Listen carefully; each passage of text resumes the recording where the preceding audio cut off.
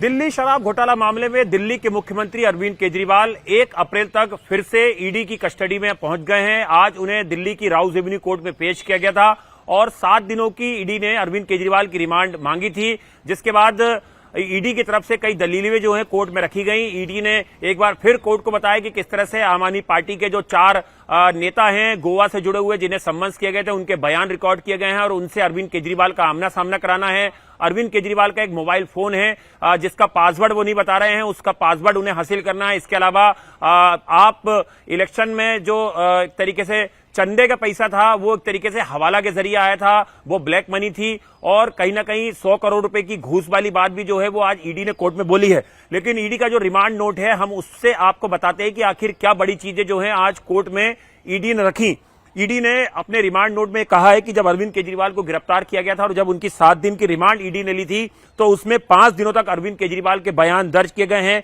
23 तारीख से लेकर 27 तारीख तक अरविंद केजरीवाल के बयान दर्ज किए गए हैं। इसके अलावा 3 और लोगों के भी इस दौरान जो हैं शराब घोटाले के मामले में उनके बयान भी ईडी ने दर्ज किए हैं, जिसमें मनीष सिसोदिया के पूर्व सचिव सी अरविंद का नाम शामिल है, जिनको अरविंद केजरीवाल की मौजूदगी में उनके घर ड्राफ्ट GOM जो है उसकी रिपोर्ट दी गई थी। दूसरा, गोवा में आपका एक उम्मीदवार है जिसने बताया था कि गोवा में चुनाव के पूरे खर्च का हिसाब किताब आपका दिल्ली ऑफिस रखता था, यानी कि दिल्ली का हेडक्वार्टर जो आम आदमी पार्टी का है वो रखता था। ये दूसरी बड़ी बात बोली है।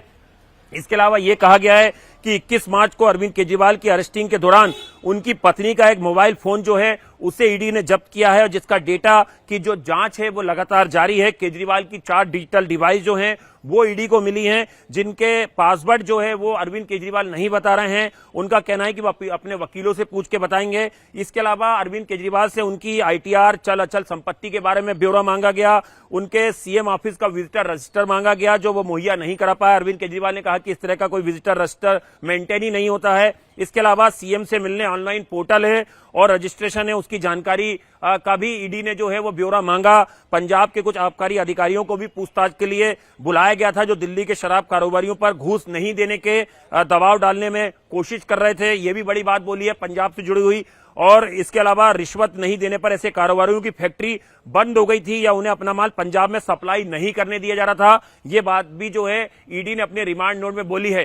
तो अब ईडी के लॉकअप में अरविंद केजरीवाल मौजूद हैं। ये 4 दिन भी काफी महत्वपूर्ण होंगे। 1 तारीख को 11:30 बजे एक बार फिर से ईडी जो है वो अरविंद केजरीवाल को दिल्ली की राउज एवेन्यू कोर्ट में पेश करेगी। देखना होगा कि इन 4 दिनों के अंदर अरविंद केजरीवाल से ईडी क्या कुछ चीजें हासिल कर पाती है पूछताछ में, क्योंकि आज कोर्ट में ईडी की तरफ से दलील दी गई थी कि अरविंद केजरीवाल जांच में सहयोग नहीं कर रहे हैं। हालांकि आज अरविंद केजरीवाल अपनी तरफ से खुद बोलने के लिए कोर्ट में सामने खड़े हुए, उन्होंने कोर्ट से परमिशन मांगी और वो अपनी दलीलें देते रहे कि ये जो गिरफ्तारी की गई है वो गलत है, लेकिन वो ईडी की पूछताछ में कोऑपरेट कर रहे हैं और वो आगे रिमांड के लिए तैयार हैं, वो विरोध नहीं करेंगे। लेकिन कहीं ना कहीं अरविंद केजरीवाल की तरफ से जो दलीलें रखी गई उसको कोर्ट ने नहीं माना है और जो ईडी ने दलील रखी थी उसको कहीं ना कहीं संज्ञान में लेते हुए कोर्ट ने 4 दिनों की जो और ईडी की कस्टडी है अरविंद केजरीवाल की दे दी है। और देखना होगा कि इन 4 दिनों के अंदर शराब घोटाले मामले में अरविंद केजरीवाल से क्या कुछ चीजें हासिल कर पाती है ईडी, क्या कुछ खुलासे और इस पूरे मामले में होने वाले हैं।